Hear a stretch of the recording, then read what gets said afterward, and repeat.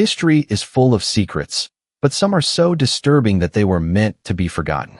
Imagine being buried alive, not as a punishment, but as a sacrifice to keep a castle standing. Picture a time when human waste was more valuable than gold, and landlords made a fortune selling their tenants' poop. And then, there were the monks who willingly starved themselves to death, hoping to achieve enlightenment by turning into mummies. These aren't stories from horror movies. They're real practices from ancient Japan. From shocking rituals to bizarre traditions, the truth is far stranger than fiction. Brace yourself, because what you're about to hear will change the way you see history forever. Imagine visiting an ancient Japanese castle, marveling at its grand design, only to learn that deep beneath its walls, a horrifying secret lies buried. In medieval Japan, a practice called hidobashira, meaning human pillar, was believed to strengthen buildings. People were buried alive inside castles, bridges, and dams as human sacrifices, with the belief that their spirits would guard against natural disasters and enemy attacks. One of the most chilling cases happened in 1576 at Maruoka Castle.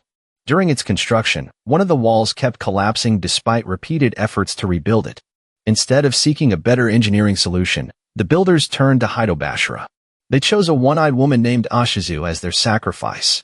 She agreed, but only on one condition, that her son would be made a samurai. The castle lord promised, but after Ashizu was buried alive beneath the walls, the lord betrayed her, leaving her son with nothing. Legend says Ashizu's spirit never found peace. Every year during spring, the castle's moat overflows with water, said to be her tears of sorrow and betrayal. Even today, locals claim that on rainy nights, you can hear a woman crying near the castle, a chilling reminder of this disturbing past. Imagine living in a world where human poop was a valuable resource, so valuable that landlords actually sold their tenants' waste for extra cash. Sounds unbelievable, right? Well, in Edo-era Japan, 1603 to 1868, this was completely normal. Instead of flushing waste away, Japanese farmers used human poop and urine as fertilizer, a practice known as shimo. And believe it or not, the quality of poop actually mattered. The most premium waste came from wealthy lords, because they ate the finest food. Yes, even back then, rich people's crap was worth more. Farmers in Edo relied on shimo because there were no chemical fertilizers at the time.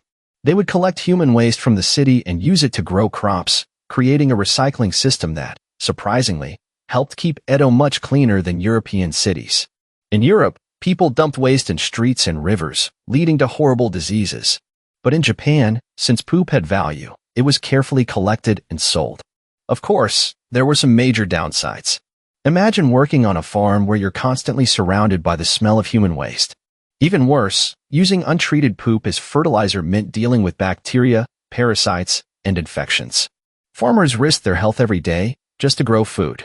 This nasty practice continued until the 1920s, when chemical fertilizers finally replaced shimo. But for over 300 years, Japanese farms literally ran on human waste, a disgusting but surprisingly effective system.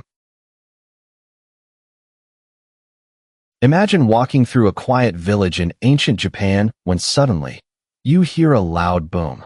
You turn your head, expecting to see a battlefield, but instead, two warriors stand face to face, clenching their fists, and then, PFFFFFD.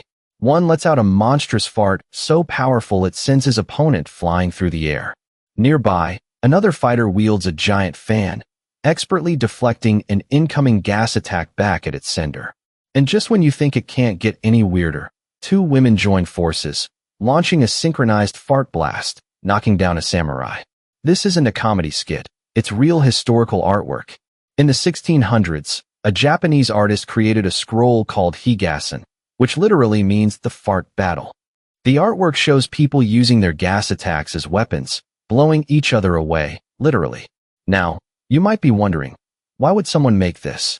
Some historians believe it was meant as a joke or social satire. Others think it may have been mocking Westerners, who had recently started arriving in Japan. Either way, it proves one thing: toilet humor is truly timeless. When we think of samurai, we picture fearless warriors, masters of the sword, bound by an unbreakable code of honor.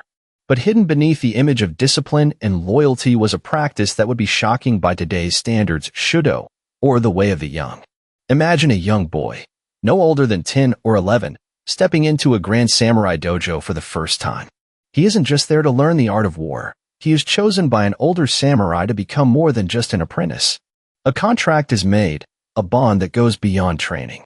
In return for learning the ways of the sword, he is expected to be his master's companion, in every sense of the word. These relationships weren't secret. They were openly accepted, even encouraged. Samurai believed that this intense bond strengthened their warriors, creating a loyalty that could never be broken. Some of the most powerful warlords in history, including Oda Nobunaga, the man who nearly unified Japan, had young male companions. And the most shocking part? Shudo was seen as a natural step in becoming a samurai. It wasn't until Japan opened up to Western influence in the late 19th century that the practice faded away. Today, the idea is disturbing, something that would be completely illegal. But in ancient Japan, it was just another part of life in the world of the samurai. But today, Higassen is one of the weirdest and most hilarious pieces of historical art ever discovered. So, the next time someone says history is boring, just remind them that Japan once had an entire art piece dedicated to fart battles.